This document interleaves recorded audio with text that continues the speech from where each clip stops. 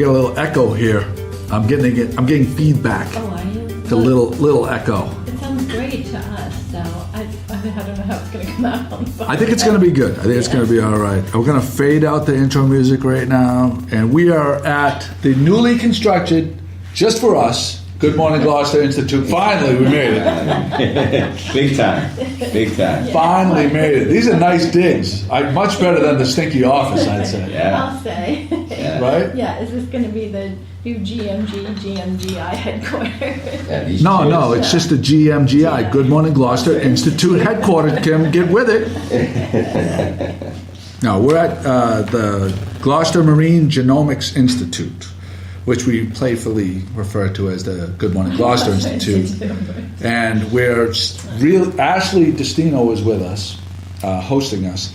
And we don't tell her this, but what we're really here to do is to get the schematics so we can get the seagull up on the sign next to the big GMGI symbol. We want to have that big seagull, the big Good Morning Gloucester logo right on the building so we can make it official. But don't tell her. Somebody should Photoshop that in at least. That would be a good idea. I like the way you're thinking. Ashley, thanks for having us. So glad you're here. You gave us a tour. How long has the place been open? So since we moved in mid-October and the ribbon cutting was at the end of October, so 2018. And there's an event happening today. What's the Yeah, event? so we're having our first community open house today. We've had some other groups come in, schools and things like that, but this is the first time it's been open to the community. Cool. Yeah, That's so 4 to 6 exciting. today. 4 yeah. to 6? Oh, Yeah. the light will be beautiful. I know. We took a tour, and it is the whole building is first class. Windover built it, Windover built it. Yep. and we got a tour of the first and second floor. Now, you guys, GMGI occupies part of the bottom floor, We've got 2/3 of the bottom floor. Yeah, about 6,000 square feet. and the upstairs is vacant and up for rent. For rent. Yeah. And it is the views from both floors are outrageous. Are stunning. Probably the best views on the waterfront. We don't take them for granted. That's for sure. No, and there's obviously thinkers were involved in the planning because it's all glass, All glass on the side. it's wonderful. Yeah. I bet you don't have to pay much to heat this place because the The radiant, sun pouring in. yeah, the sun pouring in is gorgeous. But this is a first class lab. All the equipment is incredible. You have genome sequencing machines that you were telling me years ago would cost tens of thousands of dollars to Yeah. do and long periods of time, that it can get it done for a fraction of that. Fraction of the cost, yeah. And what one scientist told me one time that I think is a great way of putting it, basically these machines take a New York City phone book and they shred it up into 1 million pieces, and then you put all of that back into this machine, and then it spits out a perfectly good phone book back at you in, like you said, a very quick amount of time for a very reasonable amount of money. Wow. So it's very impressive. To have that locally, so right now there's about 10 full-time employees. Yeah, so here? we've got 10 people here at 417 Main, but we've got 13 on staff because there are 3 up at the Gloucester Biotechnology Academy, which is up at Blackburn. So we've got 13 staff total, but we're hoping by the year 2020 to have 20 people down here at the Institute. So- Just how many students do you have? So yeah, good question. So we've got 20 open spaces for 20 students. We're looking for students to fill our 4th class, which starts in September. So we've got 20 available spots. Wow. Yeah. So let's go into that. Is it called the Academy? What's it So called? Academy, affectionately known as the Academy, but Gloucester Biotechnology Academy is the real name. Gloucester Marine Biotechnology Academy. So, and this would be for who? So the Academy is for high school graduates. You don't have to have any science experience whatsoever, but it's for anybody that wants to get real hands-on learning at the bench to become an entry-level lab technician. So they spend 6 months at the lab up at, it's a new build-out facility up at Blackburn, and you spend 6 months in the lab learning biotechnology techniques, speaking to real scientists, doing these biotech methods, and then after that 6 months, you get invited on a paid internship at a local biotech company. So, As long as you don't screw up, you're kind of guaranteed a... yeah, John Doyle, our education director, and all of the other staff do an amazing job finding placements for all of our students. So yeah, they're at places like Dana-Farber Cancer Institute, they're at Harvard, they're at the Broad Institute, they're at Cell Signaling, New England Biolab, so it's just an amazing opportunity for these students. So you don't have to have any college education to be a part of that? No, none. So what we found is that lately what's been happening is it's these students who graduate high school and they may not have an idea of what they want to do next. So they think, this is a great opportunity. It's such a short time commitment. Why not give it a try? How long is the time commitment? So it's 9 months total, 6 months in the lab, and then a 3-month internship. Wow. Yeah. So This is, we've been beating that drum since John Bell came in the office and did the original interview. But God almighty. yeah, it gives it's such a great opportunity for kids to, not even kids, they're adults, you have to be 18 to 26 is the age range. 18 to 26. 18 to Is there a 26. tuition? There is a tuition, yep, but there's pretty generous financial aid available for those who qualify and apply. Wow. Yeah. Yeah. Wow. We are so lucky to I would have love this to do place it. here. Yeah, and then we're also, last summer we started our fish rod forensic summer STEM program, which is for high school students to take a week, kind of condensed week-long course of this biotech training program. Oh, that's tremendous. Yeah, too. and this summer we're offering it for middle school students as well. So imagine this: you graduate high school, you're aimless, but you're kind of why would you not do this? Right. Like, Because especially for this people is that a get stepping active stone and for stuff some. like that. This is Right. so. Do some kids go and do the academy 9 months and then go to college? So we weren't expecting that to be an outcome, but we realized that happens more frequently than we thought. So we've had several students take the course, graduate, have their internship, but then say, I love science, I want to know more, I'm going to go back to college and get my degree, and then further my education. Oh, that is Yeah. that is. Just to have it on your resume. Yeah. 9 months at that age. Yeah. And we've even had some students in the academy who have gone to college already and graduated from a 4-year degree, but then also take the course, because what they find is that at the academy they get so much more hands-on experience than they do at a 4-year college. Because in college you're getting a lot of lectures and listening to science, Right. but at the academy you're doing it with your own hands, you're doing it at the bench, so it's a very different experience.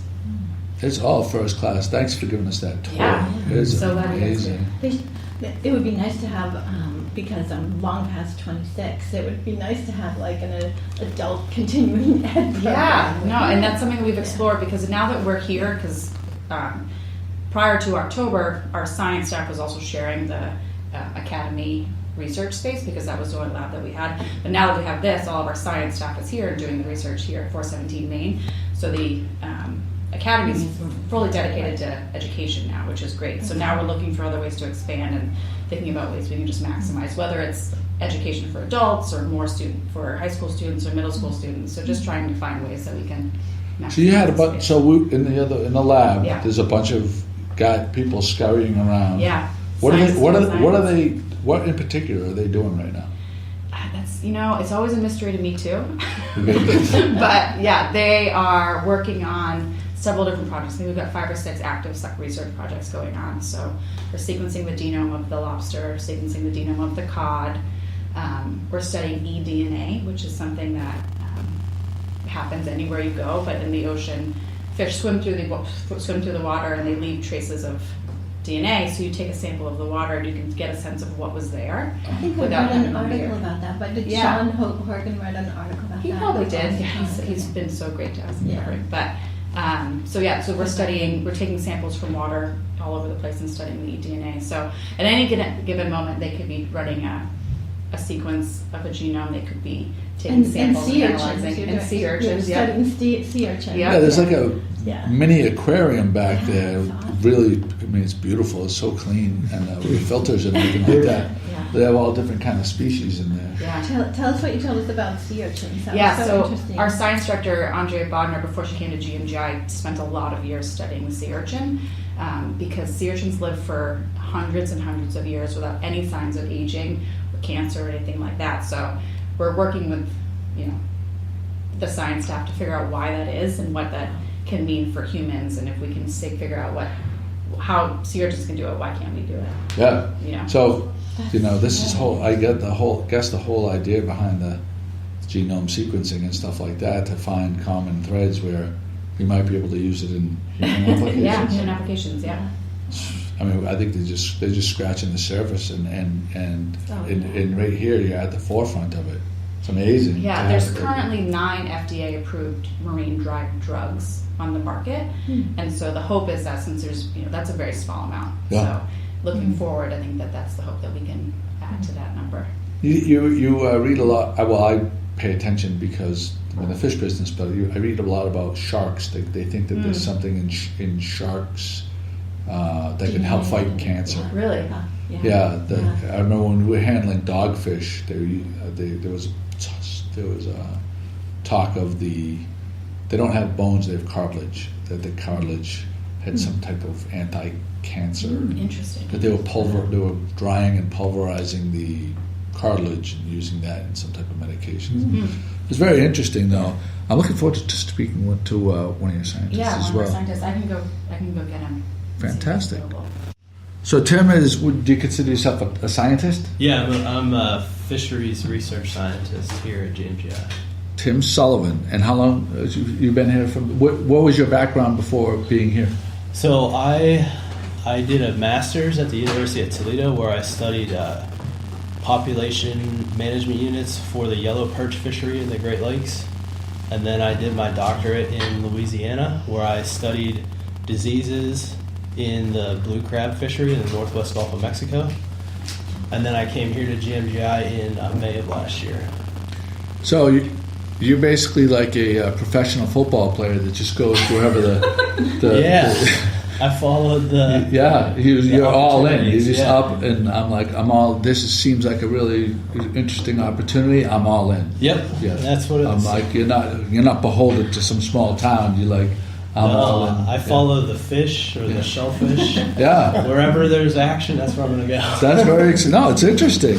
So, what were the particular reasons that what about the promise of GMGI said this? I want to be involved there. Yeah. So I've always been really interested in translating science to benefit fishermen. So that's always been my deal. I'm a fisherman myself. My father was. We did tons of recreational fishing, and GMGI's sort of mission to use genomics, which I think is an extremely powerful tool to benefit fishing industries and fishermen. That's really what I spent the last decade learning to do. Mm-hmm. So that's what I've always wanted to do, and this was sort of the perfect mix of what I wanted in my future career. So when I saw the job post, I was all about it. Yeah, that's fantastic. If you notice, his shirt has fishing lures all over it. Yep. Oh, a fly fishing guy. Yeah. There you go, yeah. No, it's this place is very wild. So there's about 10 scientists back there. Yeah, so the staff of about 10 researchers working on different projects. So there's a few that do the microbial work, and then myself and a few others are doing the sort of finfish, shellfish focused research. And so give me an example, like a real world example that you could see starting here and, something that average person on the street could relate to, like the benefit of the work that's going to be done. Yeah, so I think one of the research projects we're doing right now is developing new ways to test for diseases. So there are a lot of folks in Massachusetts that grow things like shellfish that get diseases. We're focused right now on white shrimp, which are grown in the US and around the globe. And they get a lot of diseases that will kill a whole farm. Mm-hmm. And right now, when they test for disease, it involves sending a shrimp to a lab, and then someone in the lab uses special equipment, and then a few days later will give them results. What we're doing is developing a test, or sort of adapting a test that was developed at MIT, so it's a collaboration between GMGI and MIT, to create a test that can be done in 2 hours, doesn't require any equipment or special training, with the idea that we can give farmers and aquaculturists the ability to take that into their own hands, test their own supply, and have almost immediate understanding of what's the health of their Wow. stock that they're growing. Yeah. That's tremendous. I know when we used to have a closed lobster system, thousands of pounds of lobsters in them. Main thing that would kill them would be pH levels. Yeah. Filters and there'd be too much waste that the lobsters would excrete, and the filters, the biofilters, and the bacteria weren't able to keep up with the breaking down of the bad ammonia that the lobsters would release into the tanks. So that was more of that wasn't such a DNA type of thing. Yeah. That was very educational, Joe. Very impressive. There you go, see that? Were you impressed, Mr. Scientist? I had it. I followed it the whole You way. used a lot of scientific terms in there. Yeah. Was that really? Yeah. Oh, there you go. That's It's what I'm very doing. nice. But so we had a blue lobster. Yeah. I ripped off one of the swimmerettes. Mm-hmm. Maybe I shouldn't say that. I don't know. We're gonna get in trouble. No, and I threw the lobster back. So the lobster will live because they regenerate their parts. Sure. Because people will freak out if you get a blue lobster and you don't throw it back into the ocean. They have a heart attack thinking that the blue lobster is not back into captivity. Into free range lobsters, right? But did you guys get to do anything with the blue lobster? So far, we have extracted the DNA from the lobster.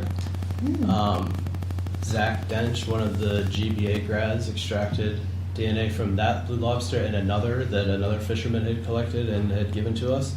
And we are getting ready to either sequence it here, or we also, we've been talking with one of the researchers at the sequencing facility at Dana-Farber who may sequence it on one of their very large machines. Is that Paul Morrison? Yeah. Yeah. So- He's a good one, Gloucester contributor. Yeah, so Yeah. they might have it there on one of their new sequencers. Yeah. Yeah. So what's sequencing mean? So when sequencing itself is when you take the DNA of an organism and then you It's like a map, right? Yeah, you basically- it's like all the X's and Y. You get the computer will read all of the bases and give you back information on all of the genetic material that organism contains. So you can basically read it like sort of like a book. Okay. So like every organism has its own DNA, Yeah. Right. and it's basically It's like a code. Code. Yeah. The code that And obviously, like the further, like a person and a snail has vastly different DNA, but there's still some that correlate, right? Or no? Yeah, they use the same building blocks. They use the same building Yeah. blocks, right? So, So, with the- so we're close to some species that you wouldn't even think, right? Like I think I've read something about that, right? you wouldn't So- think what? Yeah, that we're close to like some. Like Our DNA? Yeah, we have Oh. our DNA is similar to some, like Other like primates. right, Yeah. right. Well, you would think, right? Like an ape. No, or but something. not primates. Other creatures as well. Like piping plovers. So yeah. No, A lot of the same genes are found in multiple organisms. That's what sometimes in biomedical they use like fruit flies or zebrafish to understand how specific proteins work. That's Okay. because the same proteins, similar proteins, are found in humans. Yeah. So here's a question: you got the two? Did you get was one of the lobsters a male and one a female? I'm not. So the one we got from the other fisherman was definitely a female. I'm not sure. I think we have the information that you gave us. I must have don't taken it- that I down. don't have it off the top of my head. Yours Right. is by. Well, what is there a do you think that there's a possibility within our lifetime that if you had a male and a female blue lobster, that you could produce blue lobsters? So that would be a large undertaking. One of the things that GMGI is doing right now is sequencing the genome of like a normal American lobster, and that's sort of the first place. So you need to have the genome assembled so that you know where everything is and what all The the base genes are. one. Yeah. So you can see what the difference is, and then when you Exactly. extract the difference, Yeah, then so you then know, once you then you can know- identify. Yeah, then you can identify what are the characteristics that cause a blue lobster, which is really a big step on the way to understanding how that happens. Because it happens in not just lobsters. There are crayfish that are blue, just like the lobsters can be blue. Joe's willing to fund that research. Joe, you have your checkbook today? I don't know. I have enough zeros at the end of it to make it happen. Yeah, but these are the so now in the medical field. So say we were just talking about how the urchins potentially can live for hundreds and hundreds of years. Mm-hmm. How do you extract the information about that they can use in real world drugs? Like, is that something that? Yeah. So I think Andrea could probably tell you more about it, but when she compares urchins that live for a small, a few number, 3 or 4 or 5 years, to ones that live 200 years. Like I said before, they have very similar proteins. Like, they have all of the same ones. They're understanding those differences and how they contribute to longevity. And like how does like a particular change in the way the protein is formed or the units that make it up, how does that give anti-cancer properties, that kind of thing, then that can translate to some sort of research application for humans. Yeah. Well, and then you get the drinkers and smokers, and then the non-drinkers and smokers, sea urchins that impact at all. Oh my goodness. So I'm a scientist myself. Yeah. You can tell. Yeah, he's a scientist, all right. So here's a question: do you work with any of the academy kids? So right now I work closely with Zach Dench. He's a graduate. So Zach Dench, who Tim mentioned, was in the second class of the academy and graduated, and we hired him. Oh. And then the first valedictorian is now teaching a teacher at the academy. Wow. So we've had 2 grads that have been hired by GNGI. But in terms of like academy current students, Tim doesn't have much interaction. So Yes. what advice would you give for? It seems to me that there's a lot of kids, right, that they grow up in Gloucester, or maybe they don't even grow up in Gloucester, but there's a romantic notion of being a marine biologist, Mm-hmm. right? Yeah. They think that they see pictures of people down on the Cape wearing like khaki shorts and going out on sailboats and collecting samples, and they think that it's all field work, having out in the sun. What advice would you give? But I feel like this field, this marine genomics, is next because I always try to impress upon my daughters that when you go to school, I'm going to sound like a broken record. We've heard this speech a million times, but you haven't. That when you graduate, try to get something that when you graduate, there is a huge demand for your thing, so you can get paid, as opposed to being graduate with a photographer. You know what I mean, or a what's that? English composition. Or an art degree, you know what I mean? Like there's a million art degree people's coming out, and there's hardly any jobs for them. Like, do you feel like there's great opportunity for kids that? And what would be the path that they would take from high school and say that they came to the academy to maximize their career if they chose this path? What would you say to them? What would be the path for them? So, I mean, as far as are there good jobs? I mean, yes, there are good jobs in genomics, especially. I mean, it's a burgeoning field. It's growing every year. There's new technological developments all the time. Always new things to learn, which is that's why one of the reasons I like it so much. Mm-hmm. And what I would tell them is you should be open to new experiences. Because that's one of the things I've always tried to do, and I bounced around so much because I wanted to experience research in different places and have different personal experiences, but also professional experiences. And that's important for those academy graduates as well. That when they start at a new job, that's an opportunity to learn new things. And that's sort of just the beginning. Yeah, that's not the end all. Yeah. It shouldn't be the end all be all. You should You should open. always try to improve. Yeah. Learn new things. Be constantly trying to improve yourself. Because that's really the way that you can have a long-standing career and make a difference. That'd be what I say.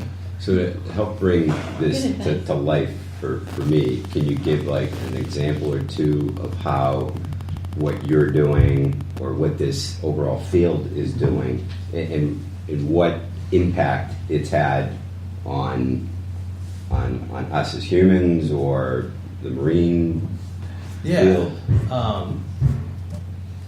To say, wow, what you guys are doing or what other companies are doing, here's the result. Here's one of the examples of the results. They may be building towards results. Right, no, and maybe Yeah. then maybe I'm asking a wrong question, but I'm just curious, what is the end result? And has there been any examples of results? Right now we're sort of working towards end results. I talked a little bit about the disease tests. We haven't gotten them all the way out to the farmers to test yet, but that's one of those things. What is it? I'm So sorry. So one of the projects we have right now is to develop new ways to test for marine diseases that occur in the wild, but also Okay. cause issues for aquaculture, Okay. both like shellfish growing or indoor aquaculture facilities. Right now they have That a could center- spread and wipe out, like, Yeah. They'll kill the whole and wipe out the farm. whole, like, Whole farm. and if you have an indoor facility Yeah. that's got, I don't know, 20,000 pounds of shrimp Right. alive, and something spreads through that thing and wipes it out, Right. all this work that you've Yeah.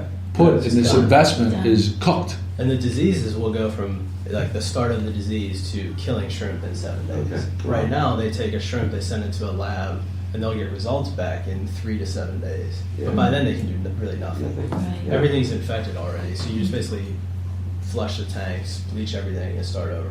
So with that example, are you thinking So there'd what be we're something you doing- put in the water? No, so what we're doing is developing a way that farmers can test for diseases themselves.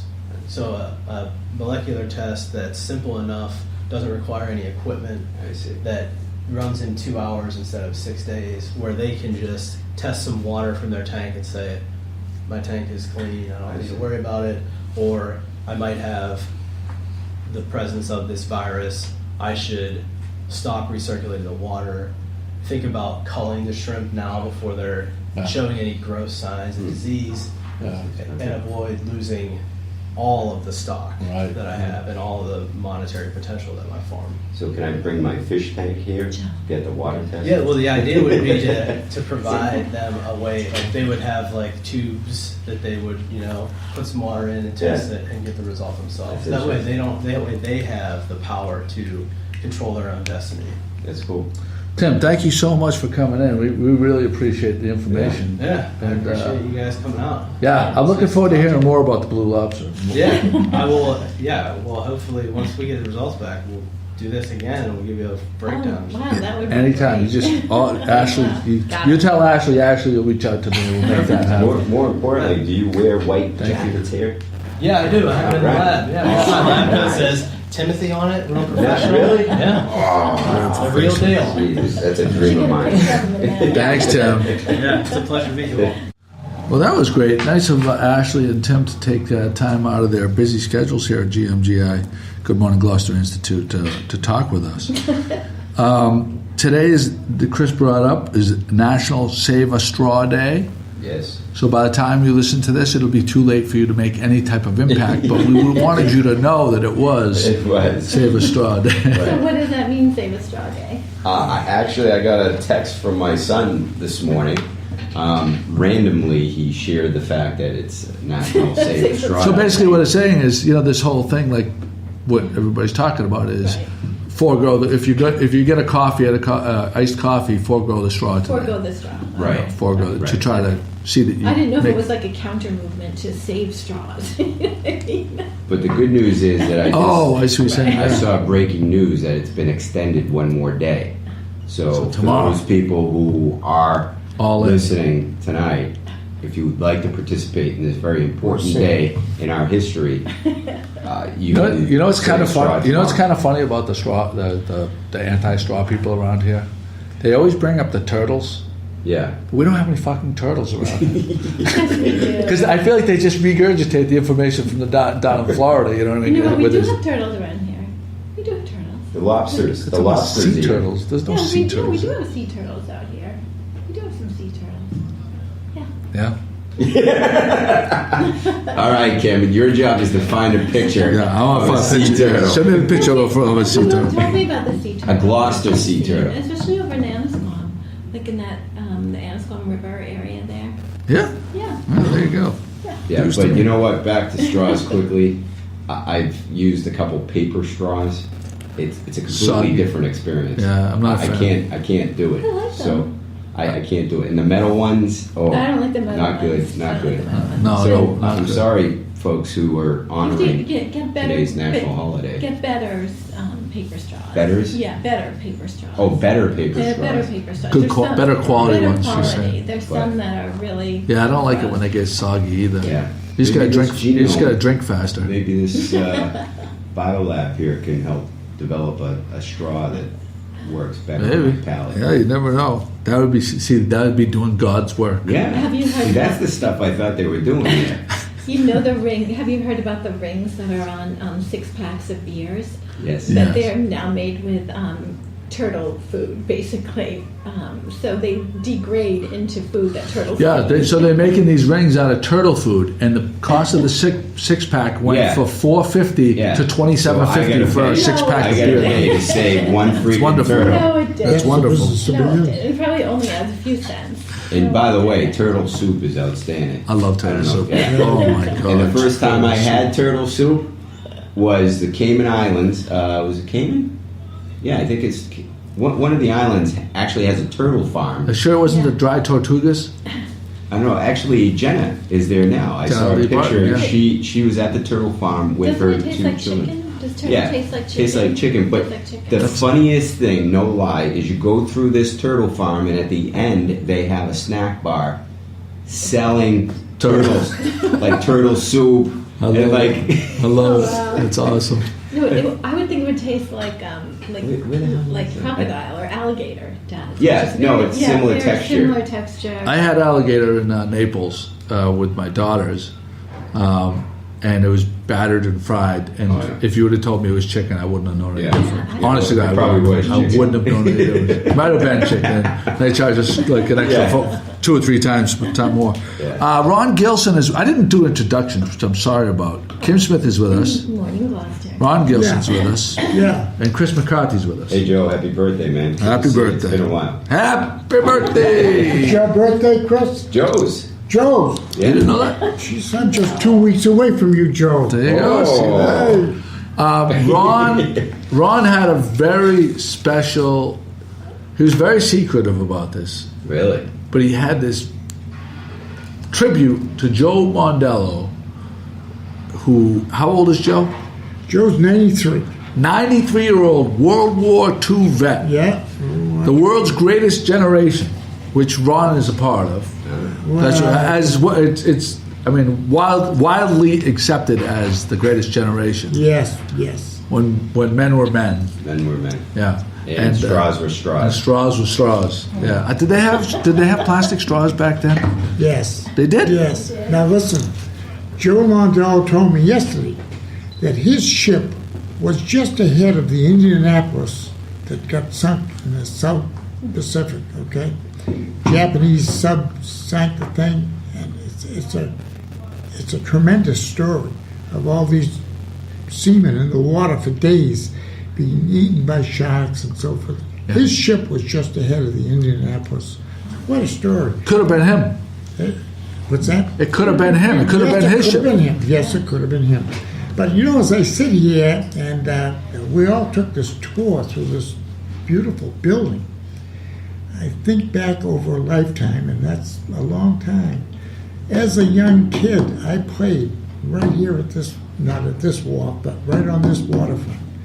And when I look back and think of what was here and what is now here, 80 years later, just unbelievable. Just a derelict piece of property. Yeah, Yeah. I remember a ravine, a deep cut down to get down to the waterfront. Now you just drive right in off the street. They let him fill it in. Yeah. Do you notice that? Yeah. I thought it was and did you see the foundation that they put here? They Unbelievable. built the foundation. What? What is Where was this? this? The building Right that we're here. in, Chris. Oh, my God. Yeah. Pay attention. So they built so this when this was a fish company, you pulled into this space, and you went down. I used to have nightmares when we used to sell them shrimp here. This used to be a shrimp processing place, and I used to have nightmares pulling down with totes of shrimp on the truck, because pulling down that kind of a grade. Yeah. I mean, one out of 3 trips over here, the stuff was all over the back of the truck. Because if you touch the brakes just a little bit, that shit's going flying. Yeah. Right? And when they started developing this property, I'm looking over there. I'm like, How's that going to happen? I'm like, what? They must have filled unbelievable amount of fill right here. And then on top of that, when the foundation went in, it looked like they put a 10-foot foundation out of the ground on top of wherever the level was. Yeah. So in my head, what was going through my head was like, if they let them do that here, they ought to let other people do. Because when people want to do something, that's one of the first things they always bust their chops about is, that's Tidelands or something like that. You shouldn't be able to fill there, but they somehow or other they got along just fine here. Which God bless them. This is an incredible facility doing great work. Yeah. Unbelievable. And so it's a nice flat parking lot. You pull right in, you go up like a couple steps, and you're in the building. It's gorgeous. Now, the only 2 landmarks that are here that I recognize from my youth is the lawnmower shop across the street, the sharpening place for whatever. Oh, yeah. And they sell gold and do a lot of things. In my day, that was Nick's Lunch.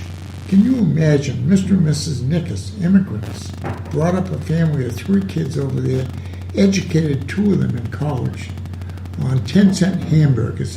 10-cent hamburgers, Kimmy. Wow. And Amazing. 10-cent hot dogs, 2 for $15 on a steamed roll. Well, that landmark is still there. And across the street was Burnham Thomas Tidal gas station, and in back, Joey, pardon me, there's a lot of lobster wharfs in the back, and it was kind of a tough time. And the property was really, you're talking about shrimp that came after that. Yeah. As old as I am, I go way back. Right. Yeah, I'm talking about 70s and 80s. All through And he's talking those- about 50s and 40s. All through those decades, this was kind of like a quagmire down here, but now it's Now beautiful look at it. building. Right. Unbelievable. It's unbelievable. So you're talking about the place where the guy does the lawnmower repair? Yes, Yeah, that's snow blowers. That was Nick's Lunch. That was Nick is my, and then he moved up. No, Nick's Lunch. Nick was a brother to the guy that was Nickus up on the corner. Oh, he was the brother to that guy. Okay, yeah. Where And Sunbank is now. Oh, Andy Nickus, that was a city councilor years ago. He's retired now, executive of Gorton's, and his brother Stevie, and they had a daughter, the last child, Stella, and she became a nurse. Andy went to Norwich University, and Stevie went right out of high school, went to work for a telephone company. But my mother and father worked in that little place. There was 4 seats at the bar and 1 booth, and they sold 10-cent hamburgers. Can you believe it? And they educated. Probably right around the same time that Woodman's was going, and and the village.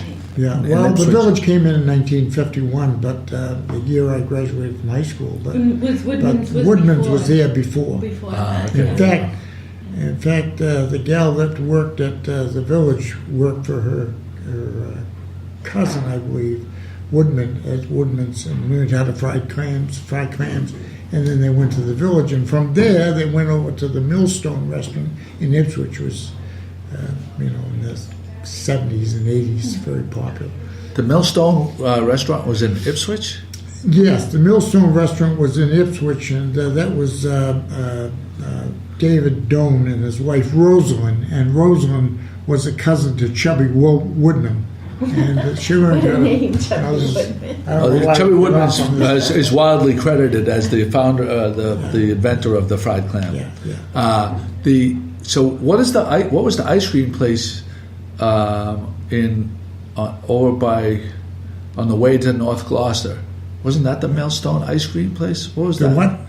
Wasn't there an ice cream place Yes. called the Millstone? No. What was- Chanticleers. You know where I'm talking about? Yes. Where the Richdale is now. Well, I think there was a big Chanticleer's ice cream place where Scalafani's Bakery is now. No. You're talking about Ciaramitaro over there. That was an ice cream place. But what I'm talking about is going to North Gloucester on Washington Street. Yes. You know where the Richdale is, where the Mill River is? Yes. Wasn't there a mill? What was that? Remember wasn't there an ice cream place right behind where Captain Hooks is? In that? Well, it could well have been, yes. Okay. A dairy freeze place in there, probably. Yeah, but what year, what decade was that? 70s. In the 70s. I was there in the 70s, in Ward 4. Yeah, there was an ice cream. It was an ice cream. That's kind of The only reason I remember that is because after Little League and stuff like that. Yeah. That was one of the places that you would go in the summer, and they'd have like chairs out in the back there overlooking the Mill River. Isn't there still an ice cream place there now? I don't know. Is there? Yeah, Maybe. Yeah. Were there any strip joints back then, Ron? What's that? Any strip joints? Strip joints. Any Any strip gentlemen's joint? clubs? No. No, only on Maplewood Ave, the Rendezvous, right? Yeah, That was in the 80s, though. But, There was one in the 80s. I got to tell you this little story. Mayor Toby appointed me to the licensing board, and that's kind of at the time it was kind of a prestigious board. You were kind of bossy over all these. A lot of ego and all that. Yeah, you could impose your will. Make people kiss the ring. Did you make people kiss the ring? No. No? So anyway, we had on the board 2 women, ladies, that were lawyers, and I'm at the time I was serving as chairman, and Doc Enos was the reporter in the audience taking notes for the Times, and one of the girls, ladies, said, "Well, St. Peter's Fiesta is coming up, and I just dread it." Well, I turned to the girl and I said, "Really? What's so terrible about St. Well," she says, "in our business, in the licensing board, all those drunks down there and all those bar rooms that are all." I said, What do you mean by that?" She says, "Well, we have old timers, we have Mitches and the St. Peter's Club." "Yes, and are they troublesome?" "Well, look at all the problems." I said, "Well, at the risk of sounding old, back in my day, there was a bar room on every corner, and this was a wide open town. And you talk about those kinds of places, all of Places of ill repute. Yes, yeah. Well, Wasn't the Fitzhugh Lane house a whorehouse? Well, the Fitzhugh It was. Lane House. You're laughing, Chris. The Fitzhugh Lane House, yes, but a better one was down on the street across from the building center, which is now the lawn of the Fitzhugh Lane House. And that was Arthur Sawyer's house and a few more tenements all along there that were all torn down in the urban renewal area. In fact, the only thing that's left is that dory shop that we were at last Saturday. So, yes, and we had bar rooms everywhere, and you had no problem, and they were falling in the gutters and so forth. I'll tell you one other story. We had as a clerk of courts Mike Armstrong. Armstrong was the clerk of courts, and he liked the grape, and he would be at the Elks Club on Pleasant Street, and he would go in there about 5 o'clock on a Friday afternoon, and about 11 o'clock at night, the bartender would call the local police department, and they'd come and take Mike home because he could hardly stand up. But that was our law enforcement at the time. But we had a lot of a lot of bar rooms and a lot of things around here. When was that? entertain What people. decade are we But I talking? said to this young lady on the board, I says, we're really camping out today compared to what it was years ago. What we When said- your grandfather was around, by the way. Yes. Nothing to do with your grandfather, Yeah, but yeah. just So saying, are we talking in about his the day. 30s and 40s? Yes, 30s and 40s, 40s, yes. yeah. The heyday. Yeah. Yeah, there's a lot of When seamen. the Empire Fish Company was a dance hall. Yes. So can people listen and see and hear all these stories on your website? Have I what? Can people listen to your stories and Well, on your Kenny, website? I try to get to my friend Joey, and you guys are all in the electronic age and the device age. I have a lot of devices in my house. I just don't know how to operate them. I have a cell phone, I have an iPad, I have a laptop, and my wife has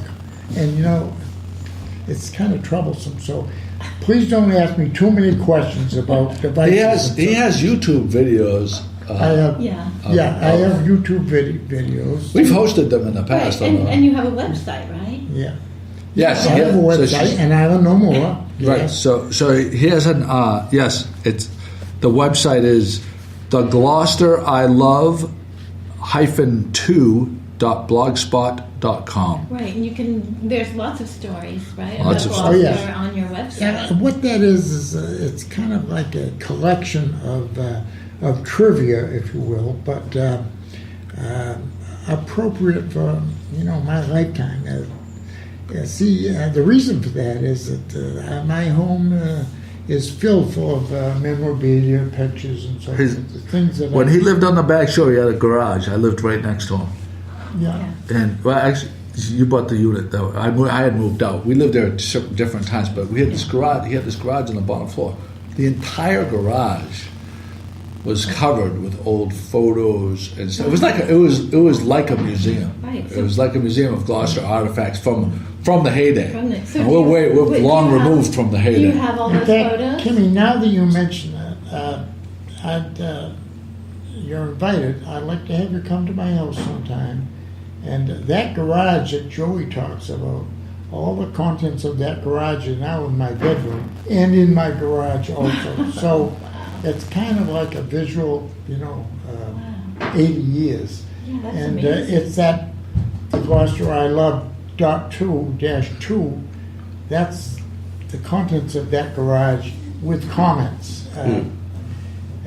For It's a good thing the Cape Air Museum is building that building, because when Ron's not with us, all that stuff can go into. Because you know that they're expanding the Cape Air Museum Yes, they to are. putting a place where they can hold artifacts and stuff. Yeah.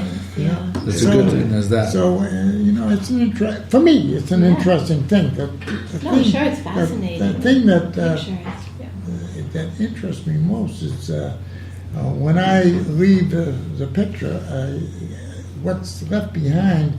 If somebody's interested, they have access to it, and I don't want to hide it under a bushel. Yeah. I Are you, wanna, have you written down the date? Have you Oh, written yes, down the I have. dates on the All backs? that- all and that. He's an incredible memory. Yeah, that's why I say he's so. That's cool. That's why I always refer to Ron as Gloucester's true historian, because he really was. He wasn't born in Brookline. Right. He was born here, and Up the street. up the street. He went fishing. Right, you worked on the water. He worked on the waterfront. He insured these boats. He knows real stories and real dates. When he tells the stories, they're not romanticized, fictional stories of what people wanted to hear that the waterfront was like. He tells stories, and Real. when you read his book, An Island No More, that's still available at the bookstore Gloucester, right? Yeah. Great read. You read it, right? Yeah, well, It's still selling. halfway. Yes. Huh? Halfway. That's He's halfway through it. No, I But when haven't. you read his book, Yeah. it's like you're walking down the Oh, streets, you're yeah. smelling the smells, and you're hearing Yeah. the sounds. It's fantastic. It's a great read. I highly recommend you buy the book down at the bookstore of Gloucester.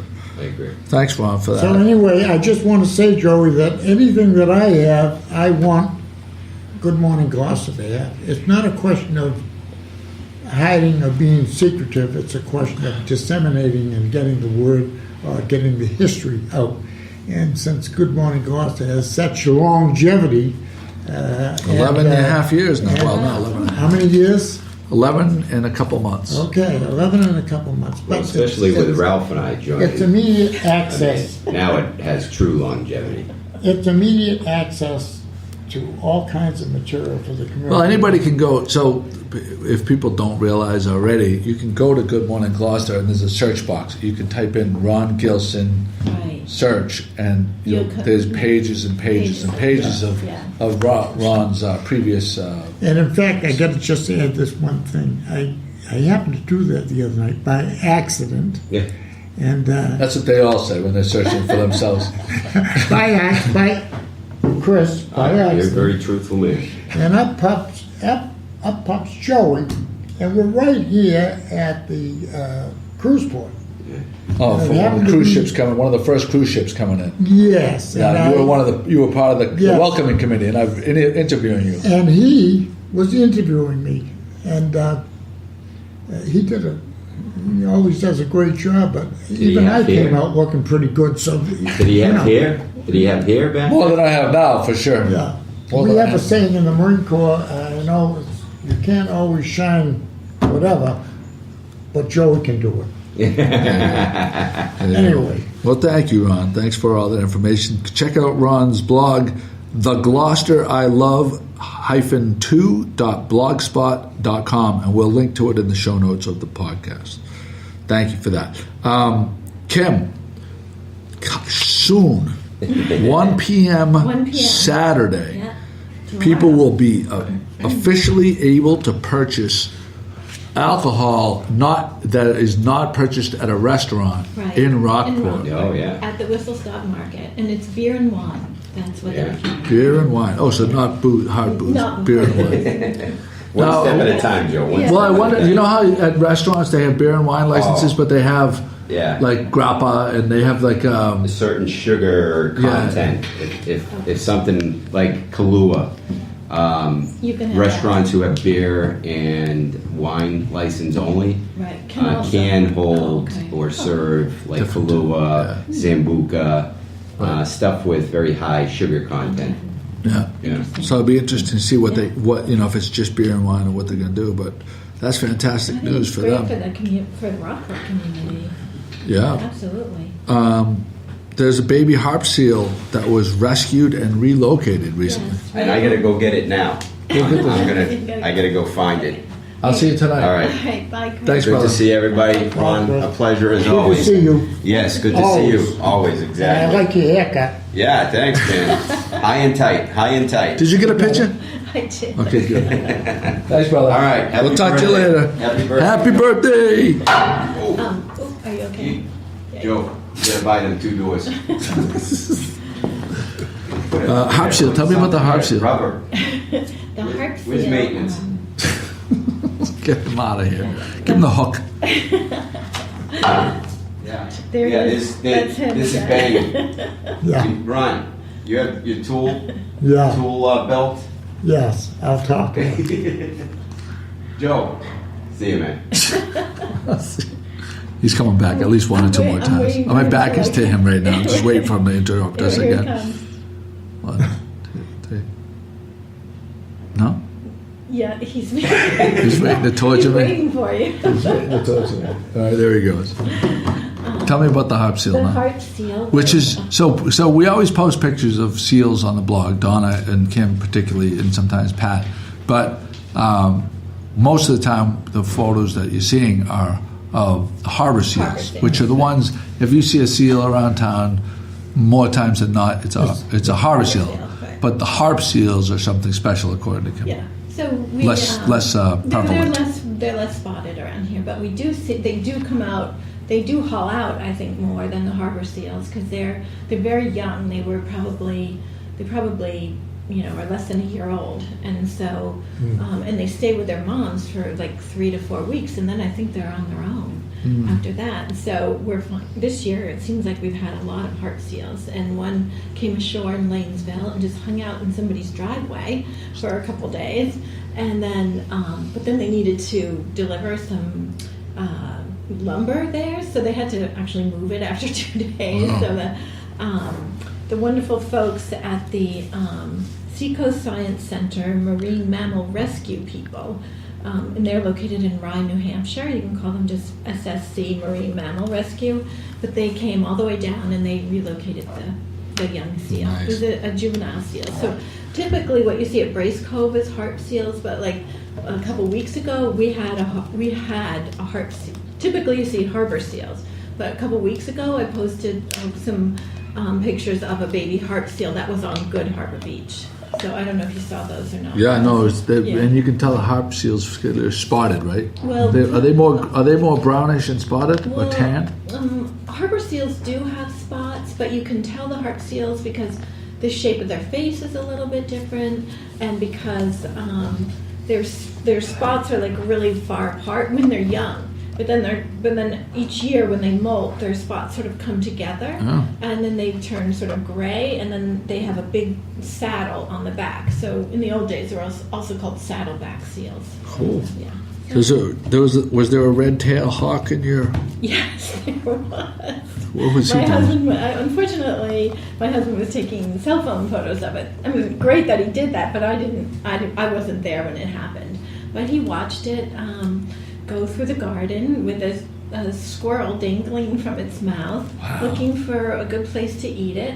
And then we have this beautiful outside shower with lattice on top of it, and he ended up Privacy, so for privacy. Yes, yeah, and he ended up eating the squirrel on top of the lattice shower. God, So- nature, that's nature. I like the little squirrels that come to our yard. Yeah, they can be amusing. Yeah, they're cute. So, anyways, That's wonderful. it seems like the red-tailed hawks are less shy. The juvenile ones are less shy than the adults. They let you get a little bit closer. So, yeah. There is Nature's Nation, America Art and Environment. And a beautiful exhibit. I was coming back from Boston yesterday, so I only had a few minutes to spend at the exhibit, but it's just stunning. Beautiful. And where is it?